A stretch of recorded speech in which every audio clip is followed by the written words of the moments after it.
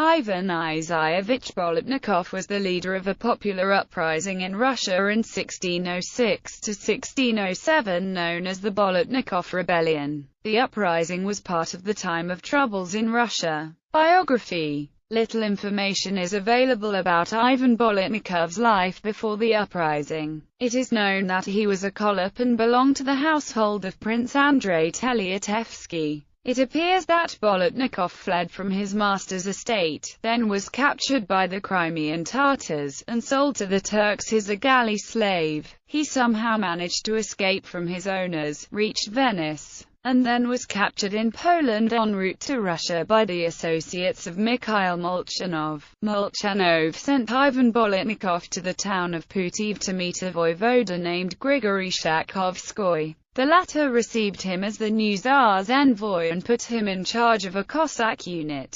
He promised him to exterminate the ruling class and establish a new social system. By the order of Grigory Shakovskoy, Bolotnikov and his large army advanced to Crimea in August 1606, defeating the Muscovite army under the command of Prince Yuri Trubetskoy. From there, he moved towards Serpukhov and ravaged the city. Also, there were several other rebellions across Russia at that time, the participants of which would join Ivan Bolotnikov's army. Most of the insurgents organized themselves into three main groups under the command of Grigory Sumbalov, Prokopy Lyapunov, and Istoma Pashkov. All these rebels united and then besieged Moscow, settling in a village of Zagorye on October 12, 1606. The consensus among these rebellious groups, however, did not last long. Soon enough, the noblemen realized that most of Ivan Bolotnikov's plans had really been aimed against him, so they figured it would be much safer to return to Vasily Shuisky. On November 15,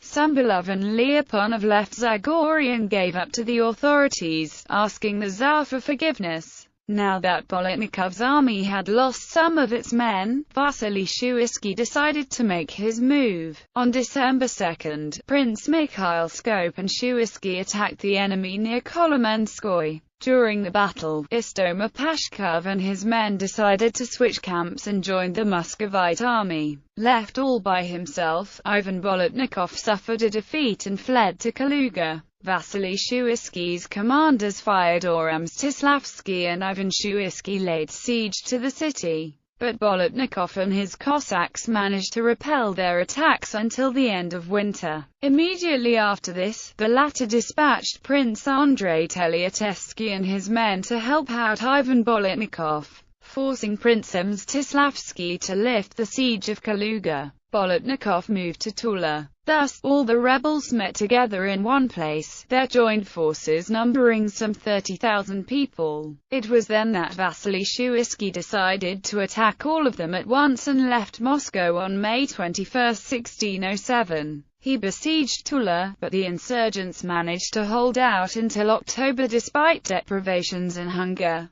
Finally, Bolotnikov decided to negotiate his surrender. The Tsar promised to pardon the insurgents in return for Tula. On October 10, the rebels surrendered to the authorities. Shuisky, however, did not keep his promise. Instead, he transported all of the rebel leaders to Moscow on October 30, and then executed each of them in a different way. Ivan Bolotnikov was transported to Kargopol, blinded and then drowned.